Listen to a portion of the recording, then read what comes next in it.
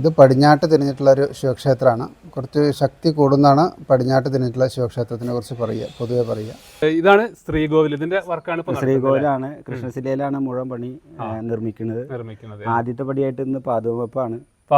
ഇത് ഇന്നത്തെ ചടങ്ങ് പാദവെപ്പാണ്. അതിന്റെ കർമ്മങ്ങളൊക്കെ കഴിഞ്ഞ് പാദകം വെച്ചു. ഇനി അടുത്ത ലെയറായിട്ട് ഇങ്ങനെ ഒരു കോല് എന്താ ഉയരത്തില് തറയുടെ വർക്ക് കഴിയാനുള്ള കാര്യങ്ങളൊക്കെ ഇവിടെ എത്തിയിട്ടുണ്ട്. അതിന്റെ കല്ലും കാര്യങ്ങളൊക്കെ എല്ലാം എത്തിയിട്ടുണ്ട്. അടുത്ത ഭിത്തിപ്പണി നാട്ടിൽ നടന്നുകൊണ്ടിരിക്കുന്നുണ്ട്. അയ്യപ്പൻകുട്ടിയാണ്. പാലക്കാട് ജില്ലയിലെ ഒറ്റപ്പാലത്താണ് വീട്. അപ്പൊ ഇത് നിങ്ങളെ ടെക്നിക്കൽ പരമായിട്ട് ഒരുപാട് സംഭവങ്ങളുണ്ട് അല്ലെ? ഒരുപാട് എല്ലാ കാര്യത്തിനും അതിൻ്റെതായ നിയമാവലി ഉണ്ട്. പിന്നെ ശാസ്ത്രീയമായിട്ട് കുറെ കാര്യങ്ങൾ ചെയ്യാനുണ്ട്. അപ്പൊ അതായത് ഓരോ പ്ലാൻ പ്രകാരം എന്നുള്ള കാര്യങ്ങളിനെ വരാൻ പാടുള്ളൂ. പിന്നെ അതിന് ഓരോന്നിനും പേരുണ്ട്. പിന്നെ നാല് ഭാഗത്തേക്ക് മകരത്തര അങ്ങനെയുള്ള കരുദ്വാരങ്ങള്, ഉത്തരമളര് കബോധം, പിന്നെ 16 കാല് ചുമരുമ്പോ അതൊക്കെ ശാസ്ത്രീയമായിട്ട് വേണ്ടതാണ്. അത് അപ്പൊ നിങ്ങളിപ്പോ വർക്ക് ഇന്നാണ് സ്റ്റാർട്ട് ചെയ്തത് ഇവിടെ. അപ്പൊ ഇതിന്റെ ഈ അടിയിലെ ഈ ഒരു വർക്ക് അതിന്റെ മുന്നേ നമ്മള് ഇതിന് ചെരുപ്പ് എന്നാ പറയാ, ഭൂമിദാനം എന്നാ പറയാ. ഈ ഫൗണ്ടേഷൻ പറയുന്ന സാധനം ഇത് ഒരു ബെൽറ്റാണ്. ഇത് ഭൂമിദാനായിട്ട് സങ്കല്പിച്ചു. ഇനി ഇവിടുന്നാണ് ശ്രീകോവിലിന്റെ ശരിക്കും പണി തുടങ്ങുന്നത് ഇവിടുന്നാണ്. ഇനി ഇതിന്റെ ഭിത്തര എന്താ ഉള്ളളവ് കണക്കാക്കിയിട്ട് ഇതിന്റെ 4 പുറം കരിങ്കല്ലുകൊണ്ട് കെട്ടുവരും. അങ്ങനെയാണ് തറ വലിയ ഒരു കോല് കഴിഞ്ഞാൽ തറ അവസാനിച്ചു. പിന്നെ ചുമരിന്റെ പണി തുടങ്ങി വയ്ക്കും. ഇതിപ്പോ തറ എന്ന് പറയുന്നത് ഇത് പാതകം, പിന്നെ പാതകം, ജഗതി, കുമുദകം, ഗളം പടി എന്നൊക്കെ ഉണ്ട്. പടിയാണ് ലാസ്റ്റ്. ഏകദേശം എത്ര ഉയരം വരും? ആ പടി വരെ 72 സെന്റ്. ഒരു കോല്. അപ്പൊ ഒരു കോല് ഏകദേശം ഇത്ര ഒരു ഉയരം വരെ അതിന്റെ തറ വരും. അപ്പൊ ആ രീതിയിൽ അതിനുള്ള അപ്പൊ തറപ്പണി ഏകദേശം കുറച്ച് കാലം ഉണ്ടാവും. തറപ്പണി ഇല്ല, നമ്മള് ഒരു 10 ദിവസം കൊണ്ട് ഏകദേശം തറപ്പണി കഴിക്കണം എന്നുള്ളതിലാണ് ഞങ്ങൾ വന്നോക്കണേ. എന്തെങ്കിലും മാറ്റം വരികയാണെങ്കിൽ അതൊക്കെ സെറ്റ് ചെയ്ത് ഒക്കെ നടക്കുന്നത് ഒറ്റപ്പാലത്താണ് വർക്ക്. ഇവിടെ എന്താ ജോയിന്റ് ഒന്ന് നോക്കി കറക്റ്റ് സെറ്റ് ചെയ്യേണ്ട പണിയുള്ളൂ. അപ്പൊ അതിന്റെ ഈ അളവ് പ്രകാരം അളവ് പ്രകാരം കാര്യങ്ങൾ ചെയ്യും. അതൊക്കെ ഇവിടെ നിങ്ങൾ സെറ്റ് ചെയ്ത് കൊണ്ടുപോകുന്നുണ്ട്. അതിന്റെ വർക്കുകളൊക്കെ ചെയ്ത് കൊണ്ടുപോകുന്നതുകൊണ്ട് തന്നെ ഇവിടുന്ന് പിന്നെ ഒരു ഞങ്ങളുടെ വർക്ക് വരുന്നുള്ളൂ. പാരമ്പര്യമാണ് ഞങ്ങളുടെ അച്ഛനും മുത്തച്ഛനും അങ്ങനെയുള്ള ഒരു കുലത്തൊഴിലാണ്. ഈ ഒരു ക്ഷേത്രം ഞങ്ങളുടെ നാട്ടിൽ തന്നെ കേട്ടോ. ഞങ്ങളുടെ നാട്ടില് പുത്തൂര് എന്ന് പറഞ്ഞ സ്ഥലത്താണ്. അപ്പോൾ ഈ ക്ഷേത്രത്തിന്റെ പ്രസിഡന്റ് ആയിട്ടുള്ള സുബ്രഹ്മണ്യേട്ടൻ, നമസ്കാരം. അപ്പോൾ ഈ ക്ഷേത്രം പുരാതനമായ ഒരു ക്ഷേത്രമാണ് അല്ലേ? 1000 വർഷത്തിലേറെ പഴക്കമുണ്ട് അല്ലേ? ഓ, അത് ശരി. അവിടെ ആദ്യം ഉണ്ടായിരുന്ന ശ്രീകോവിൽ പൊളിച്ചു കഴിയാൻ കാരണം അങ്ങനെ എന്താ? പൊളിച്ചത് ജീർണാവസ്ഥയിലായിരുന്നു.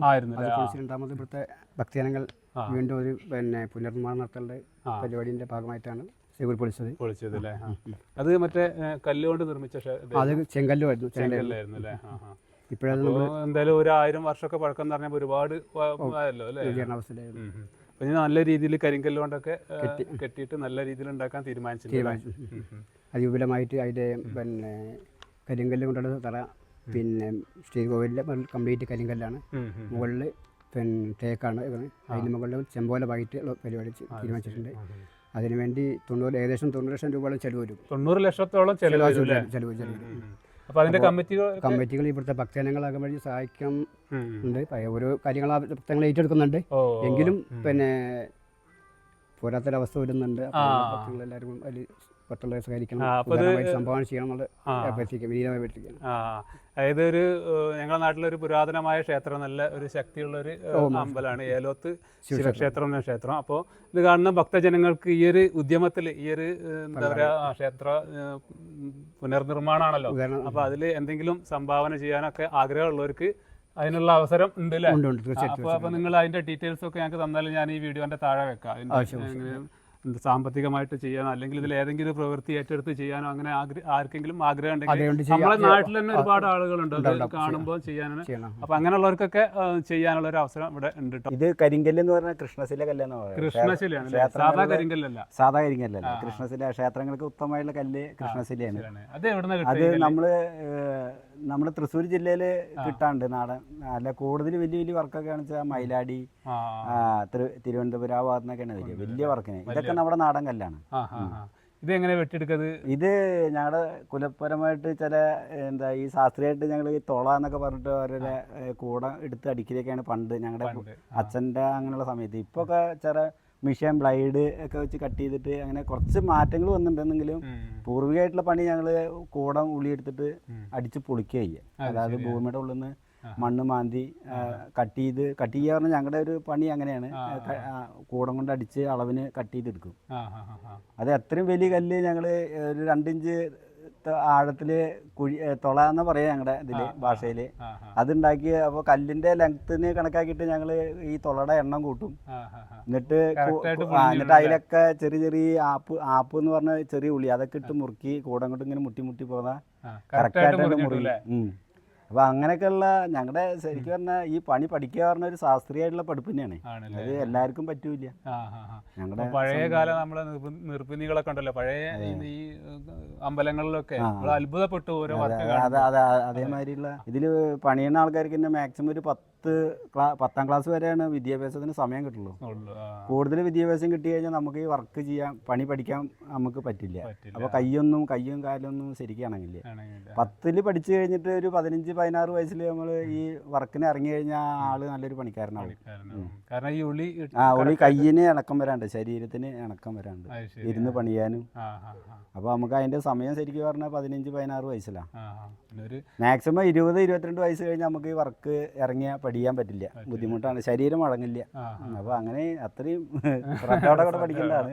ഇപ്പൊ ഭഗവാന്റെ പ്രതിഷ്ഠ ബാലാലയത്തിലാണ്. ബാലാലയം ഇപ്പൊ ഇതിലാണ് ബാലാലയമായിട്ട് നടക്കുന്നത്. ഇനിയിപ്പോ കലശം കഴിഞ്ഞ കലശം സമയത്ത് ഇവിടെ വീണ്ടും പ്രതിഷ്ഠിച്ചിട്ട് ആളുകൾ ഇവിടെ തൊഴുകും. അച്യുതാനന്ദൻ ഇവിടെ 2 വർഷമായിട്ട് ശാന്തി ചെയ്യുന്നുണ്ട്. ഇത് പടിഞ്ഞാട്ട് തിരിഞ്ഞിട്ടുള്ള ഒരു ശിവക്ഷേത്രമാണ്. കുറച്ച് ശക്തി കൂടുന്നതാണ് പടിഞ്ഞാട്ട് തിരിഞ്ഞിട്ടുള്ള ശിവക്ഷേത്രത്തിനെ കുറിച്ച് പറയുക, പൊതുവെ പറയുക. കുറച്ച് പഴക്കമുള്ള ക്ഷേത്രമാണ്, ശക്തിവത്തായ ക്ഷേത്രമാണ്, പടിഞ്ഞാട്ട് തിരിഞ്ഞിട്ടുള്ളതായതുകൊണ്ട്.